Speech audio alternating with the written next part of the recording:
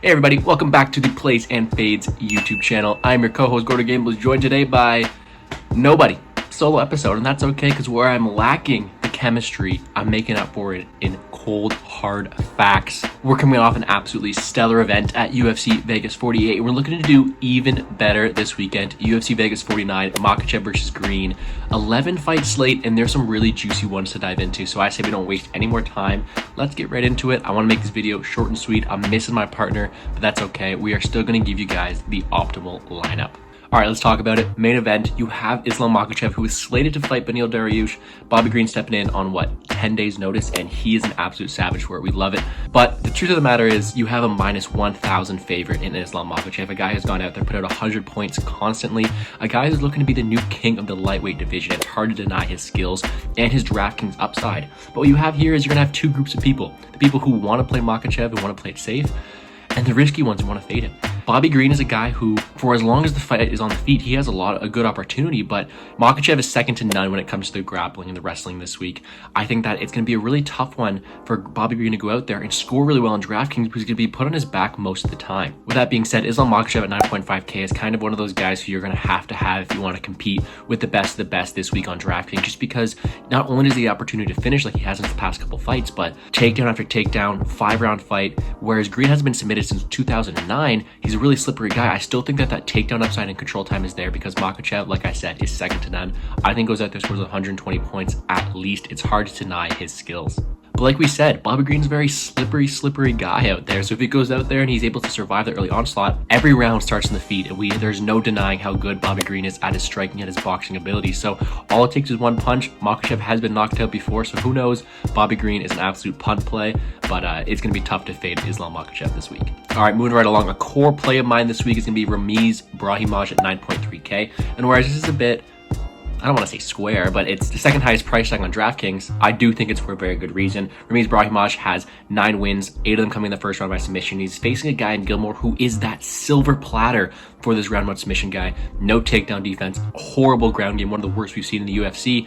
And it's one where Brahimaj is going to have him in his world, especially if he's able to take him down early. I think the ceiling for Brahimaj is super high. He should be able to finish really early.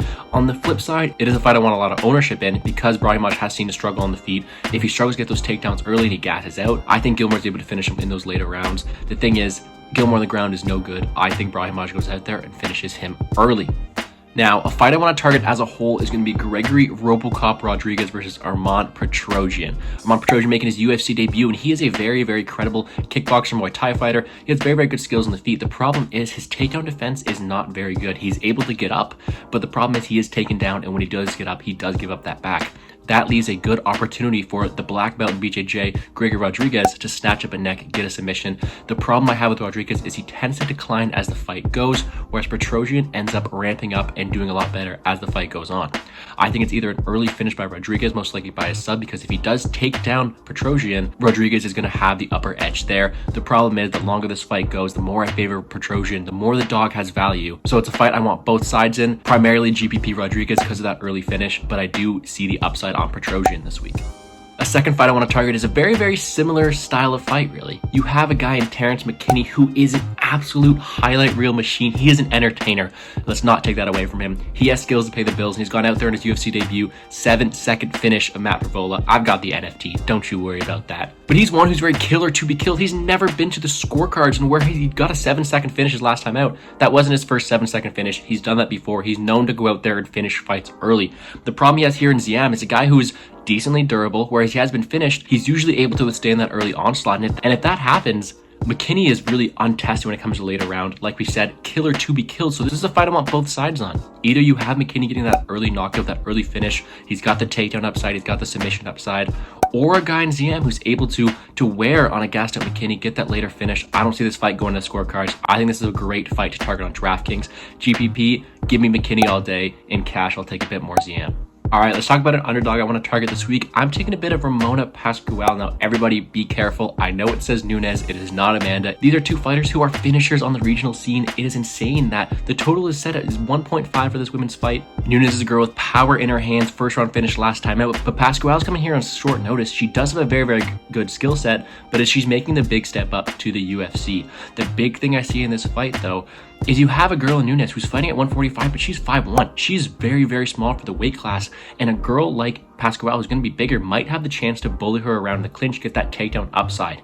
Now, whereas Nunes does have the power on the feet, we haven't really seen how it goes later on in the fight. Does it decline? We don't know. How's her ground game? Again, it's really tough to tell. I think Pascual's going to go out there, and I think she lives up to the price tag and even more. Takedown upside. I think she has finish upside as well in this fight, but overall, I think that this is going to be a much closer fight than the line does entail. All right, one last final fight I'm going to talk about is that people's main event in Tarkov versus Alvarez. This is going to be an absolute banger. Now, I'm filming this on Thursday.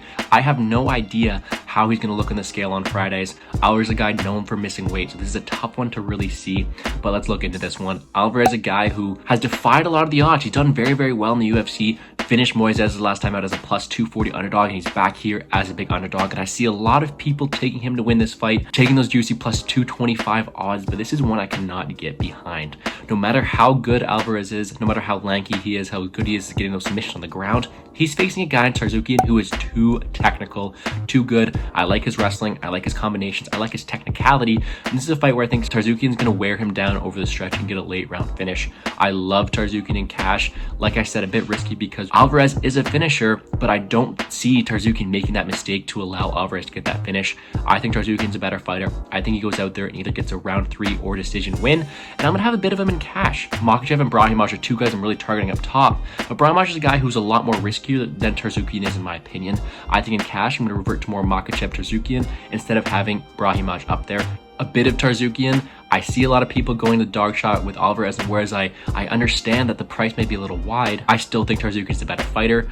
If you guys want that GPP play, it's a fight. Anything can happen. Alvarez is a finisher.